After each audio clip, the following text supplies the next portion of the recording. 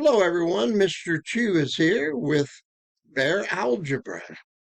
As you can see up here on the top, it says teaching algebra so that everyone understands and learns. That's our goal. This is the first lesson in my Bear Algebra curriculum, and I wanted to introduce everyone to who Bear is and why I call Bear Algebra Bear Algebra. So I'm going to introduce my two dogs and my cat. I named my algebra curriculum after my peekapoo, who's 12 years old. His name is Bear. And while I was preparing this lesson, Bear was down sleeping, as he is even right now, underneath. Well, he's under my desk now. He was off to the side of my desk. He's a gray puppy dog. He's 12 years old. And I wanted him to live on. And since I want him to live on, because dogs are only with us for a short time, I named my algebra curriculum after him. Sometimes you'll hear him whining whenever I am teaching, and sometimes you'll hear him coughing, and I will always bring that up. I also have a 3-year-old, what's called a Maremma. His name is Brack. I named him Brack because when he was a puppy, his hairs were brown and black. All of them were a blondish brown with a black tip on them, so I thought I'll call him Brack. And then he lost his puppy hair, and lo and behold, he's just a blonde dog with a little bit of black spots on him.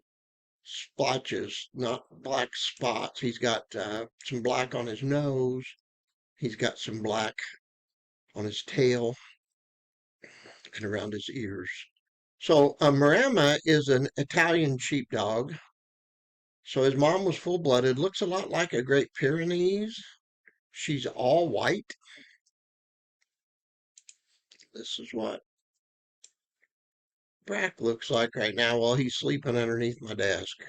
So they like to spend a lot of time in here. You'll hear him bark every once in a while in the middle of my videos, and I'll just bring that up whenever he does so. I also have a third pet. His name is Trey, and he's 4 years old. He's a black tomcat, very independent, just like cats are. And those are my three pets.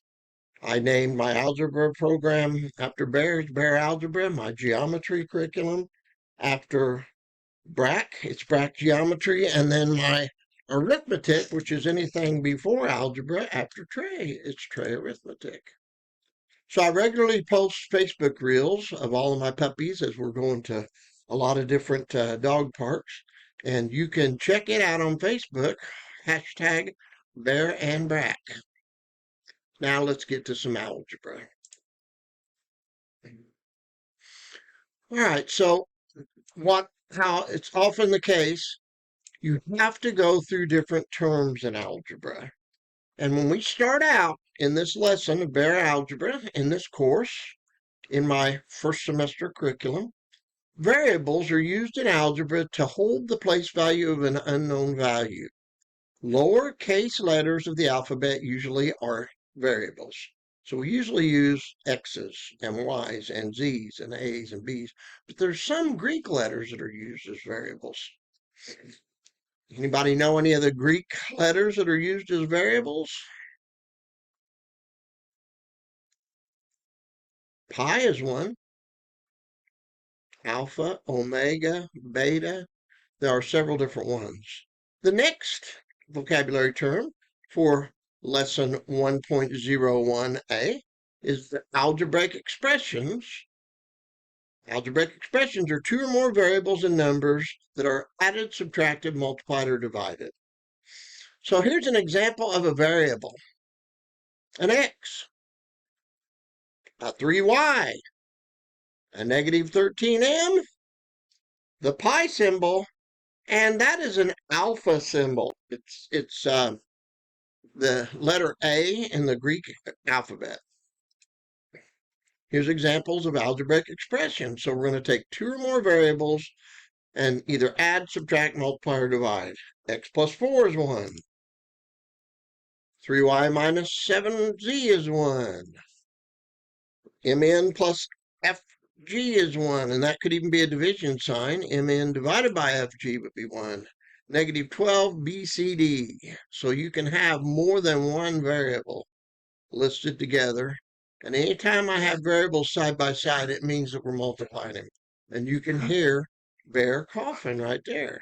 Shows you, yes, he really is here with me. A term of an algebraic expression may be a variable, a number, a product, or a quotient of variables or numbers.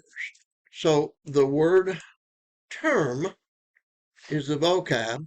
So if you think about it, an X is a term in that first one, and so is the 4 when we're showing the algebraic expression table. The 3y is a term. The negative 7z is a term. The negative sign carries with it. And the fg, the mn, the negative 12, and the b and the c and the d are all terms.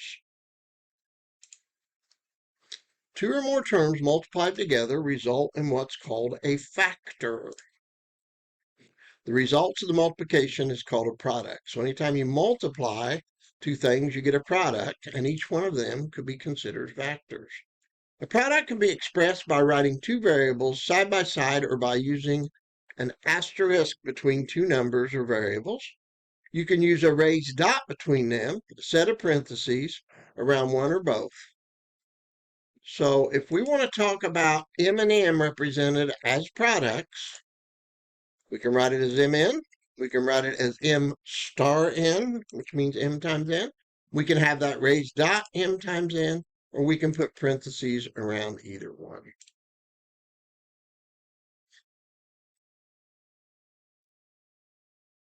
So if you're translating verbal expressions to algebraic expressions, we're looking for certain words. The word more than, some, plus, increase by, added to would mean addition.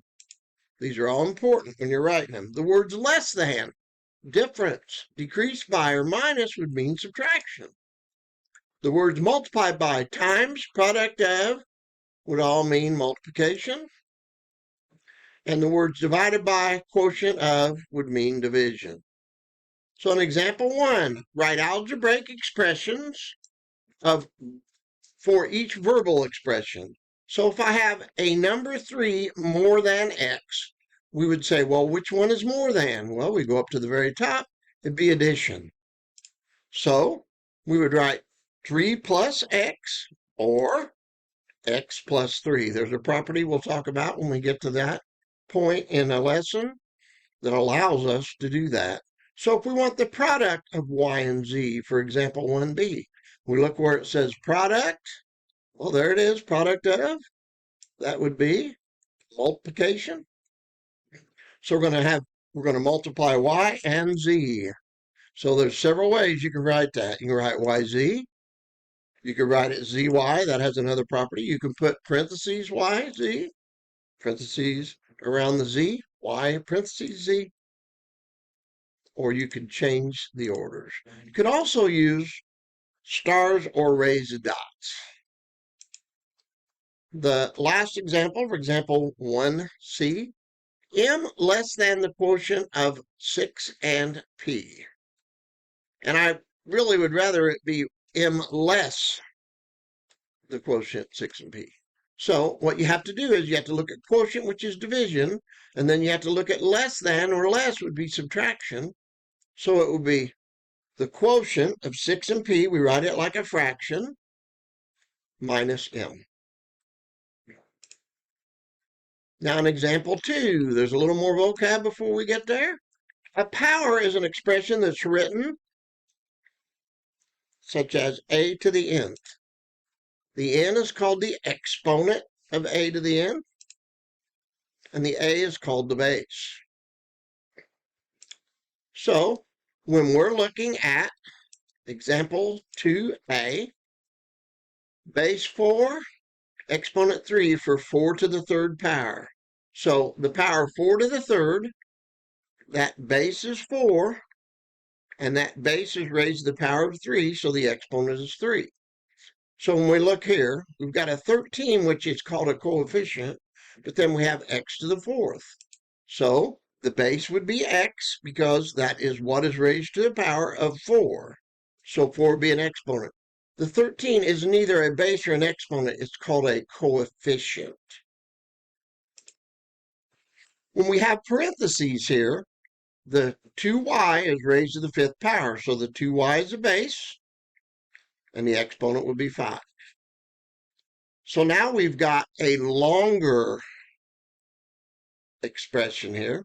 We got m to the 7th, n to the 6th p. So we look at the first one. The first one has a base of m, an exponent of 7.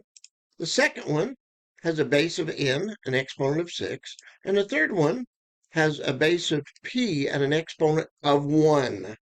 Some students will make an error there. There is a 1 there. It is not a 0, and we'll talk about that when we get into our third video of this lesson, 1.01. So at the end of all of my lessons, I always have student practice problems. So try these on a scrap piece of paper. A video link of the solutions will be provided at the end of the video. So, student practice problem 1. Write the algebraic expressions for each verbal expression. 7 more than the number z, a number 5 less than the number k, the product of a, b, and c, and then 1d is x added to the quotient of y and 4. So write those down on a piece of paper so that you can work those out. Student problem, practice problem 2. Identify the base and the exponent of each power. The power a, problem 2a is 6 to the 2nd power, b is 12y to the 4th power, c is the quantity negative 16m to the 5th power, and d is 4a cubed bc to the 7th. All right, so we're ending the lesson. Make sure that you write down those practice problems. A link will appear on the right side with the worked solutions to student practice problems 1 and 2. So there'll be a link here where it shows a video link that you can click on. Please subscribe to my YouTube channel and follow me for more helpful Bear algebra videos. Look over to the right and you will see those links. Stay tuned for more Bear algebra where we get deeper into the lessons of variables, expressions, and then we get into equations. Thank you. This is Mr. Chu, and I'll see you next time in Bear Algebra.